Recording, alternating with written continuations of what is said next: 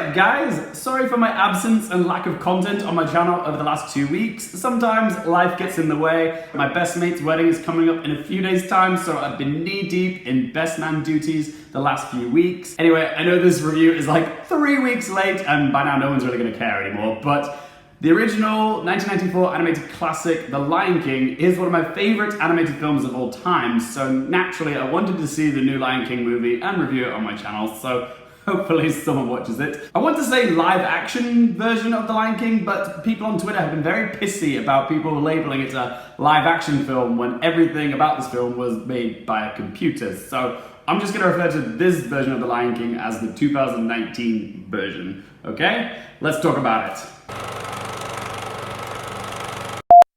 The 2019 version of The Lion King is directed by Jon Favreau, the man who directed Elf, Iron Man, and the other much beloved live-action remake of late years, The Jungle Book, which was a critical and commercial success. I thought that film was great. I liked what Jon Favreau brought to the table by placing a real-life human Mowgli inside a mostly computer-animated jungle environment. The technological advancements of that film were staggeringly good. The CGI and all the animals within the jungle itself, it all looked so plausible, so lifelike, and so real. It also made a ton of money at the box office, so it only made sense that Disney would want to hire back Jon Favreau to direct The Lion King and hopefully replicate the same results. But without the anchor of a human character, this version of The Lion King is essentially a beat-for-beat, shot-for-shot, line-for-line, computerized version of the animated classic. Its only unique selling point is its stunning photorealistic CGI. But, like everybody else has already seen this film and critiqued it, herein lies the problem. I know I should judge this film as a standalone film for its own merits and not compare it to the 1994 animated original, but when you've essentially made a shot-for-shot remake, then I can't help but compare it to the 1994 animated film. I'm gonna say it, I didn't like this film that much. It is a carbon copy of something that is already perfect.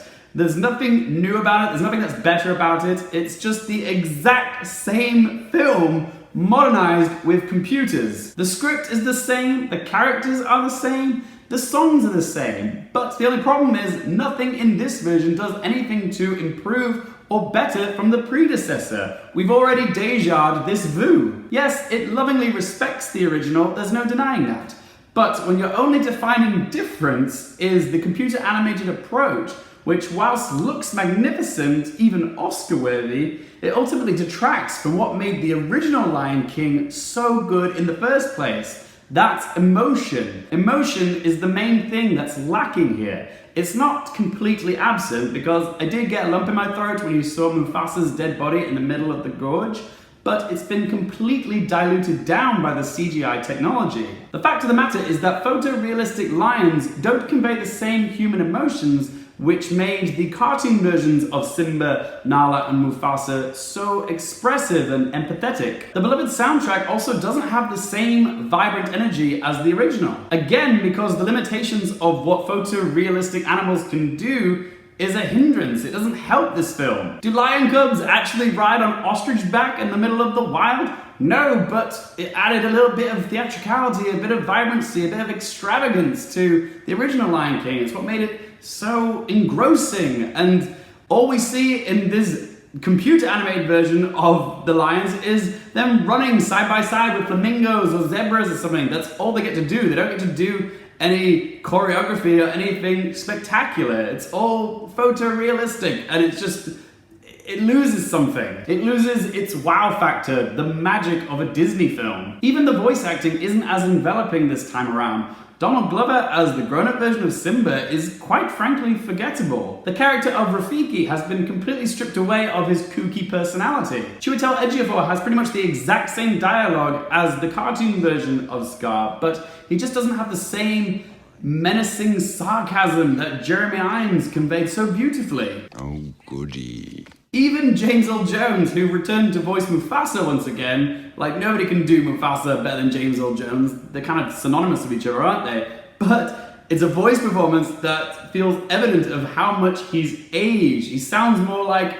a tired, old, wise grandpa in this version than he does a youngish dad. The only characters that had any pizzazz were Timon and Pumbaa and Zazu. They were the highlight of this film for me. But as much as Seth Rogen, Billy Eichner, and John Oliver do a fantastic job with the voiceovers, their predecessors, Ernie Sabello, Nathan Lane, and Rowan Atkinson, were all kind of timeless. You can't really top them. Plus, Seth Rogen can't sing for shit. And speaking of singing, there is a new song in the soundtrack called Spirit, which is sung by Beyonce, who voices the grown-up Nala. And her voice work is fine, the song itself is fine, but that's all I can really say here. It's fine. Right, so it's time to ask the 3 questions. Firstly, would I watch this again? Honestly, I would much rather watch the 1994 animated classic 10 times than give this a rewatch. It's not bad, it's just completely hollow in comparison. Question number 2, do I recommend this for you guys? Sorry, I couldn't help myself. But no, honestly, I wouldn't recommend this one. My recommendation would be watch the original. But this film has already made over $1 billion, and I know you're all going to go see it anyway, so what does it matter? And question number 3, what score am I going to give it out of 10? Again, it's not bad, it just offers nothing new, which is compelling. Yes, the computer animation is off the charts, but not at the expense of losing the emotion of the story. It is watchable, but something is missing. A tangible sense of emotion, color, and vibrancy. So I'm gonna give the 2019 version of The Lion King a score of 4 out of 10. There we go, guys. That is my review of the 2019 The Lion King. But remember, this is just one bloke's opinion. I want to hear from you guys. What do you guys think of this film? Am I being too harsh? Did you love it? Whatever your thoughts, opinions, or musings, be sure to let your voice be heard in that comment section down below. If you guys like my channel, want to help me out, don't forget to hit the thumbs up button, or of course, subscribe if you haven't already. And if you guys want to follow me on Twitter or Instagram, all those links are in the video description down below. Thanks so much for watching, guys. For more things related to movies, TV, and popcorn culture, I'm Luke Hetfield, and I'll see you next time.